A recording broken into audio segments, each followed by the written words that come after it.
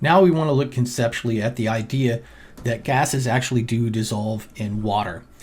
And when we were talking about liquids, we said in order for two liquids to be miscible, they needed to have similar intermolecular forces.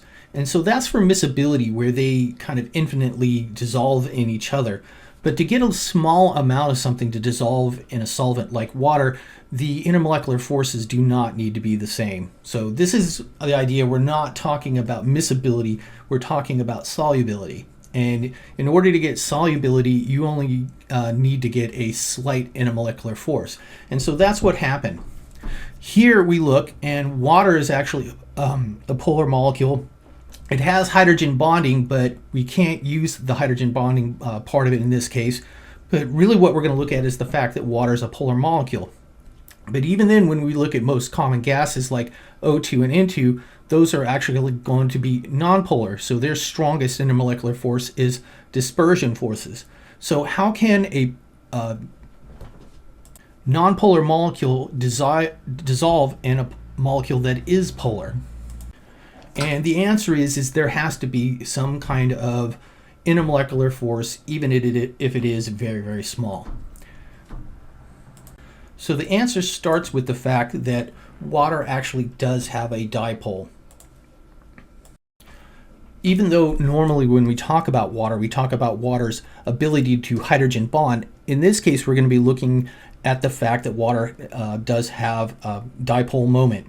And here oxygen is relatively electronegative, and the hydrogens are not electronegative. So the electrons in these bonds are actually pulled slightly towards oxygen and away from the hydrogen. So the oxygen gets a partial negative charge, the hydrogens get a partial positive charge, and so overall water has a dipole.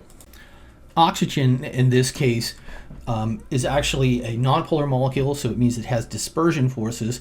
So what happens when water comes close to an oxygen molecule? You got to remember that there is an electron cloud around the oxygen, and as the negative side of water comes closer to oxygen, there is a shift of the electrons around the oxygen molecule. So as the negative part of water comes close to the oxygen, the electrons move to the other side of the oxygen. So you can see here the electrons have moved to the other side.